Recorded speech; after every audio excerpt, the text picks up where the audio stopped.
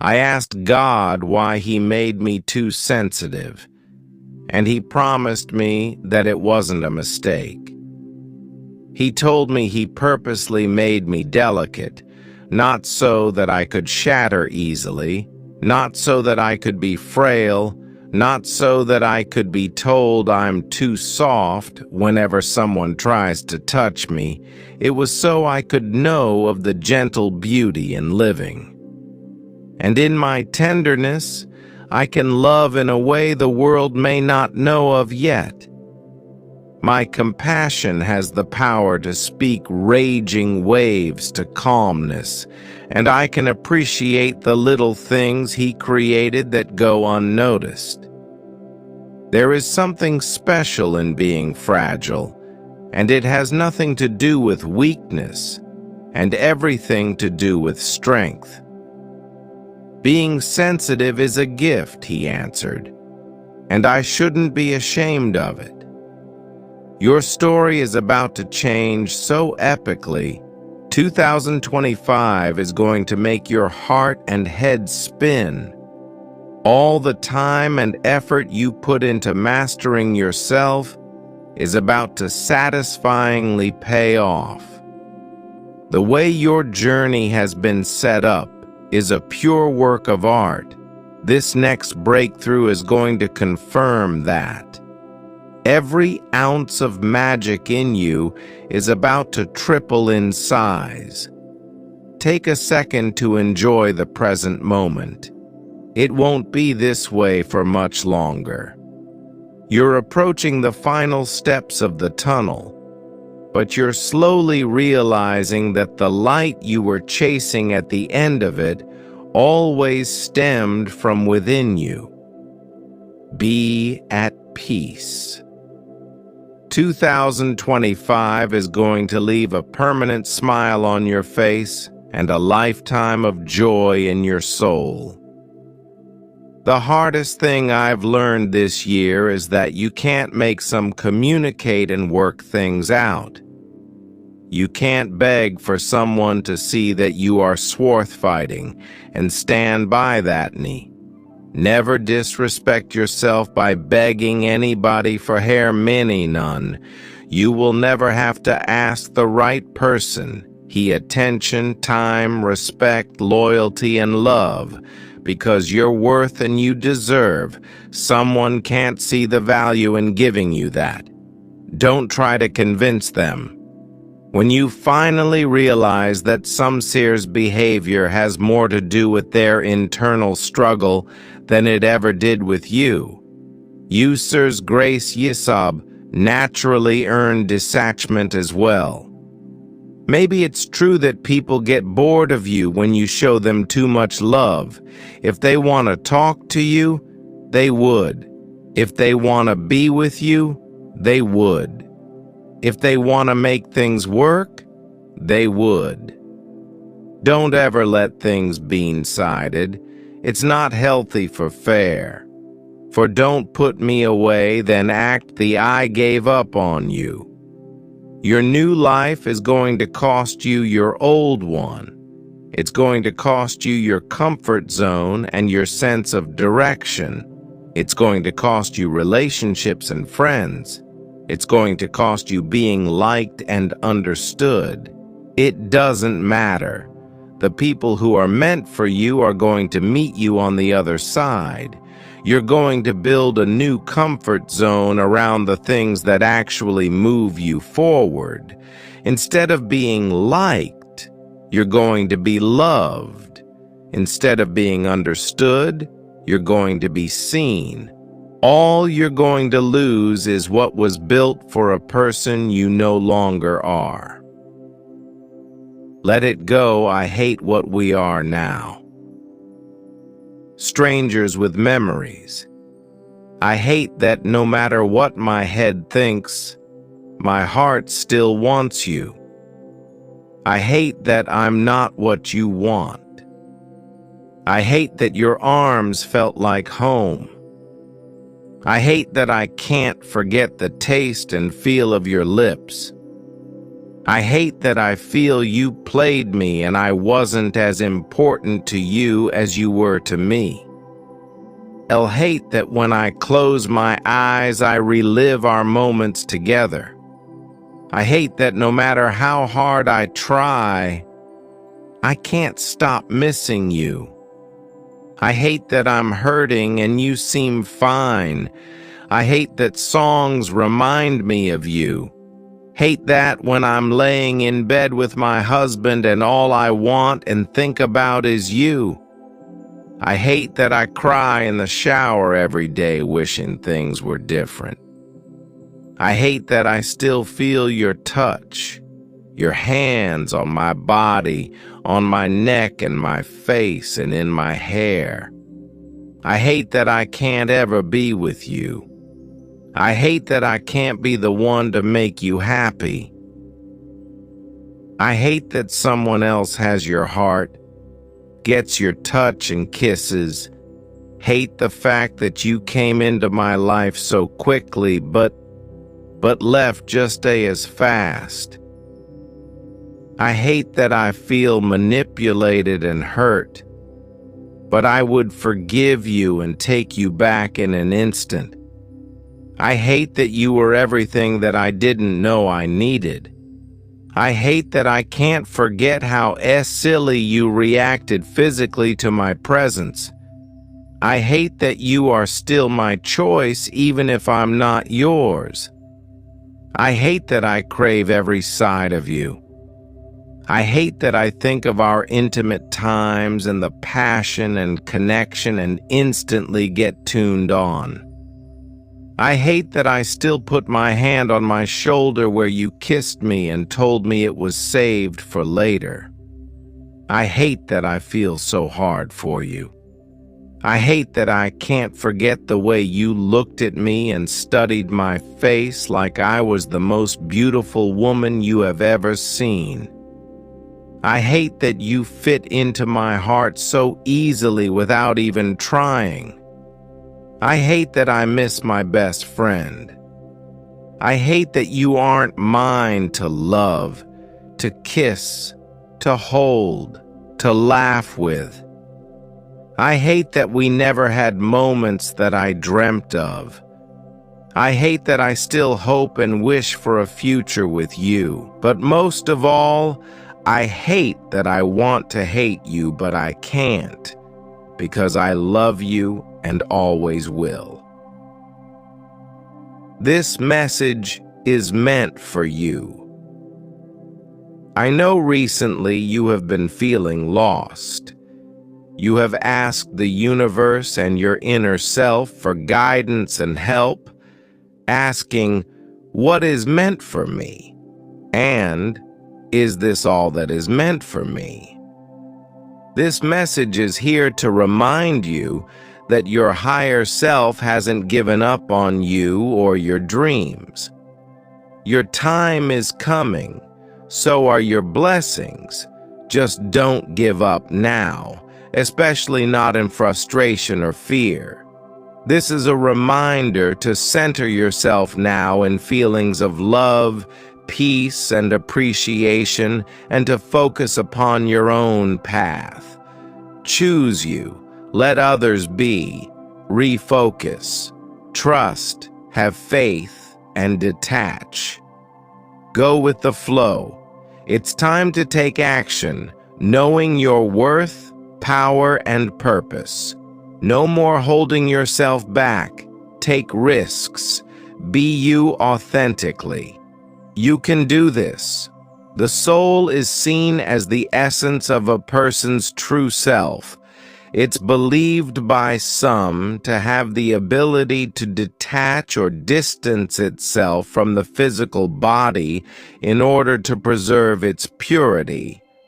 The soul is inherently pure and divine, while the physical body and the material world are subject to corruption, temptation, and moral decay. In extreme circumstances, such as intense trauma, moral compromise, or overwhelming negativity, The soul might instinctively separate from the body to shield itself from being tainted by the harmful energies or actions taking place.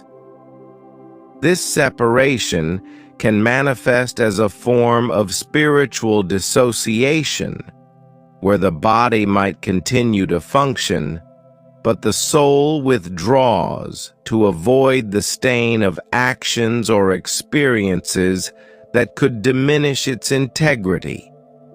In this state, the person might feel numb, disconnected, or hollow, as their soul is no longer fully present.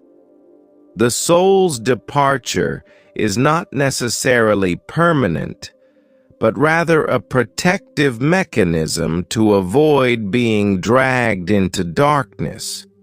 It seeks to maintain its connection to higher realms of love, truth, and light.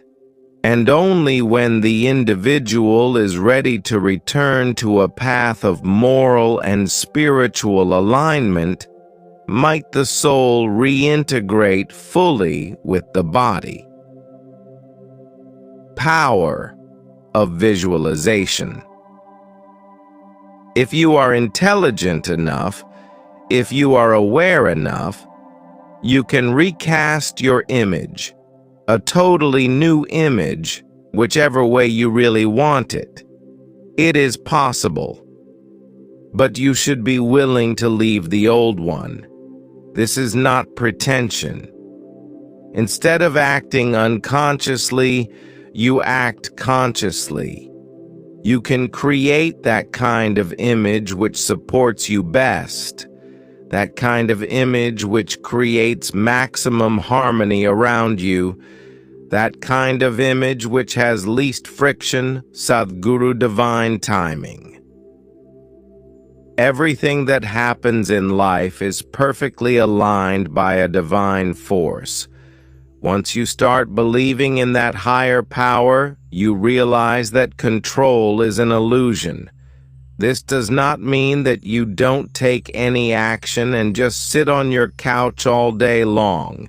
It simply means you accept life as it is. You don't try to force things to happen.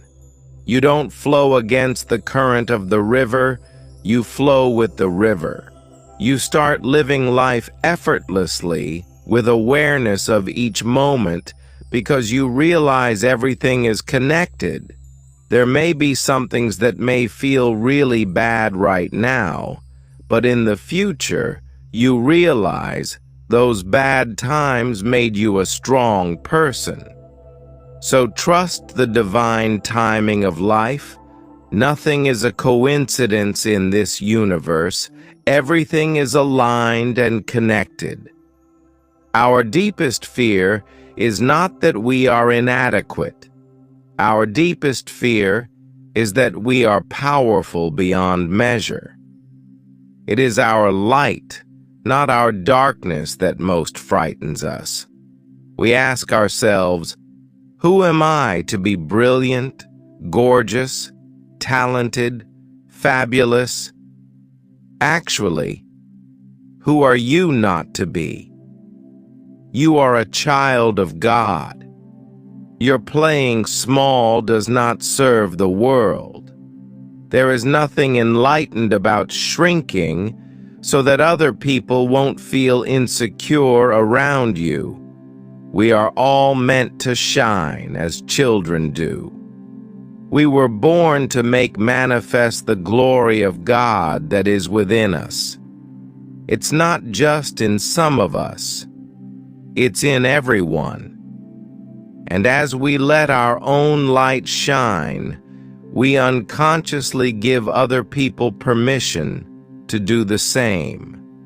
As we are liberated from our own fear, our presence automatically liberates others.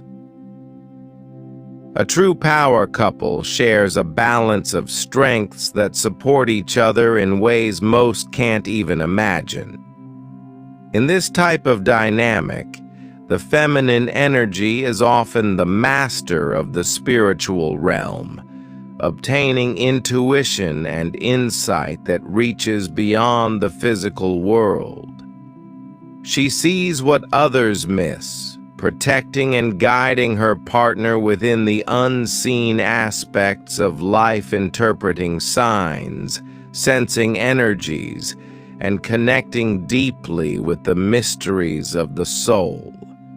Her masculine counterpart, on the other hand, is the grounded protector of the physical realm.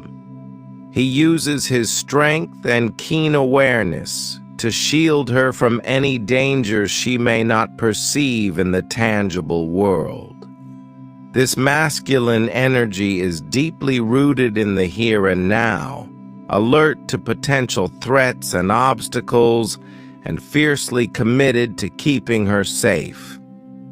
Together, they form an unbreakable bond. She provides spiritual protection and guidance, while he brings physical strength and vigilance. Their relationship is built on mutual respect, trust, and a shared purpose, creating a powerful synergy that neither could achieve alone. This harmony allows them to grow individually and as a couple, becoming unstoppable forces who complement and uplift each other. In dating, a clairvoyant woman demands a level of honesty few are truly prepared for. She's not just perceptive, she sees beyond surface appearances, sensing truths others might overlook or bury. With her, there's no room for masks, hidden motives, or veiled intentions. An honest man, though, is not threatened by her abilities. He doesn't see her as intimidating, but rather respects her gift as something that enhances their bond. For an honest man, there's relief in being with someone who values the truth as much as he does. He knows he doesn't need to spin tales or hide his feelings because she'll sense them anyway. And in her presence, he finds himself living more openly, embracing the freedom of a relationship built on pure, genuine trust. Her clairvoyance deepens their connection, creating a unique intimacy. She's in tune not only with his words, but with the deeper, unspoken parts of himself. Only an honest man could find this vulnerability refreshing rather than frightening, appreciating that the woman he's with sees him wholly and accepts him for exactly who he is. It doesn't meant me what you do for AA living. I want to know what you ache for, and if you dare to dream of mocking your heart's longing to test me how old you are. I want to know if you will sink booking like a fool have for your dream, so the adventure of being alive. I don't me wailets are squaring your, know if you have toned thee of your own sum, if you have been opened by betrayal or have become shriveled and closed from further pain. I want share if you can it with your without moving to hide faded or fist. I want to key if you he with joy, mine, ori or your own, if you can dance with wilds and had echo terry f con timing on, to be careful, be malistic, timber the simitations of being human. It doesn't enrust me if the story you are siling naeus verses. I want to know if you can drapanther to betray so yourself if you can bear, and not banque you the accounta if you can sad. Blessing in disguise. Message from your angels. What appears to be a problem is actually part of your answered prayer. You'll understand the reasons behind your present situation as everything resolves. Trust in heaven's protection and infinite wisdom to answer your prayer in the best way. The angels sent you this card to help you recognize the blessing in the midst of an apparent challenge. What you've appeared to have lost needed to fall away and will be replaced with something better. Have no fear for your future, but continue praying and following the guidance that comes to you through repetitive feelings, thoughts, visions, and words. Additional meanings. For this card, one door closes, another one opens. The how is up to God with respect to the best way to answer prayers. Release the need to control and predict the outcome to this situation. Trust Aquarius. Your purpose in 2025. Dear Aquarius, in 2025, your purpose is to embrace powerful, transformative changes that challenge your identity and bring you closer to your true self. You're entering a nearly 2-decade period of deep personal evolution that will reveal new, more empowered versions of your identity. This year may feel unsettling, but it's necessary for your growth. Confronting past fears and your inner shadows will reveal your true power and wisdom. Though you may feel lost at times, this journey will guide you toward more profound meaning and purpose. Trust in your transformation and anchor yourself in sovereignty and inner strength. Tap the link in our bio to find your 2025 yearly horoscope self-improvement. Everyone has flaws because no human will ever be perfect, and at the end of the day, the only one that can improve you is you. You make the change, you take the risks. When it comes down to it, no one else can do those things for you. The hard part about improving yourself is that it takes time. Most valuable things take time. Think about it like this. When you plant a seed, it takes time to sprout, so you give it the proper supplies in order for it to sprout at some point, like water and sunlight. But at the end of the day, you know at some point the plant will sprout. Same thing with real life. We start by planting a seed or storing the change, and then we give ourselves the things we need to help us grow, like patience, perspective, perseverance, etc. And as time passes, we continue to grow roots or a foundation for our growth, and in the end, we do eventually sprout. Change doesn't happen overnight. It's never going to be easy. One of the hardest things in life is pointing out your own flaws to yourself and trying to improve them. You will struggle to fix it. You have to expect yourself to fall a couple times before you eventually succeed. Being human is not being perfect, which is always something to keep in mind.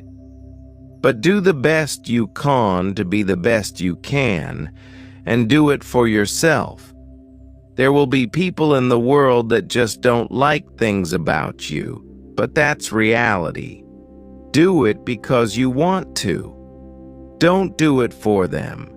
What happens when you don't learn to leave well enough alone? The Anhurst often communicates through subtle segue. It's time to leave well enough alone, urging you to stop pushing or forcing a situation. These signs might come in the form of a growing discomfort, a sense of uncase, or obstacles that seem to arise out of nowhere. They can also appear as moments of clarity, where things just don't feel right, or synchronicities that highlight an alternative path. When you igore these subtle warnings, the universe doesn't stop trying to get your attention. It escalates. You may experience repeated setbacks, frustrations, or even loss. The obstacles grow larger and more persistent, and you might notice patterns where things simply don't work out, no matter how hard you try. If you continue to disengage these signs, the universe starts bottling a case against you and if compiling evidence of your resistance. This cause is the accumulated consequences of sporing those warnings, and it manifests the lessons karma, in this context, isn't about punishment, but correction. It's the sutural balance that comes when you persist in a direction that isn't aligned with your highest good. At this stage, the lessons become basher. Relations stage may crumble, opportunities vanish, or you face personal and emotional turmoil. These are the universe's way of making sure you learn what you've been avoiding. Karma is administered not out of malice, but as a way to restore balance, teaching you the value of recognizing and respecting when to step back and let things be. Just sit down and take this royal ancestral as whopper. Banded down, strung, straightforward women are valuable. You're a woman who values clarity in every sense. Direct, concise, and never one to dance around a point. Someone who sees little use in pretense. Your communication is clear, and you have an impressive talent for cutting through unnecessary complexities. If something needs to be said, you will say it. If a task needs to be done, you will do it. In your world, there's no space for empty promises or half-hearted commitments. This straightforwardness extends to your relationships, too. You're honest, but fair, never hiding behind words or giving false hopes. People know exactly where they stand with you, and your friends and colleagues must respect you for it. You're the one they turn to for the unvarnished truth, knowing you'll deliver it with integrity. It's not that you lack empathy or patience. In fact, you care deeply for the ones around you, which is exactly why you value their time as much as your own. You believe that clarity, while sometimes blunt, is a form of respect. Jumping timelines. Leaving outdated patterns and relationships behind. Jumping timelines means making significant leaps in personal evolution that feel beyond the usual pace. It's like bypassing what could have been years of gradual change to suddenly find yourself in a new space of clarity, power, or understanding. This acceleration happens when you're no longer bound by the usual expectations of progress and when you've fully embraced what no longer serves you. A key component in this leap is the ending of certain phases and relationships that you naturally outgrow. As you shed outdated habits, beliefs, or connections, you release the energy that held you in old patterns. It's like unlocking a door to a faster timeline one, where you can step into a version of yourself that was waiting for the right conditions to emerge. When you outgrow relationships, it can feel painful at first, but it's a necessary part of this process. These connections served a purpose, for where you were, but as you evolve, they may no longer resonate with your newfound self. Holding on to them can slow your progress, tethering you to a timeline that doesn't align with your growth. By letting go of these ties, you create space for new experiences and people that match your current frequency. This is when you begin to jump to a more aligned, advanced version of yourself. You're no longer just trudging through the steps of change you're manifesting in real time, allowing your journey to unfold more fluidly and rapidly. Jumping timelines in personal growth is about recognizing when it's time to end cycles, release outdated attachments, and envelop the path ahead with trust. It's an acknowledgement that growth doesn't always have to follow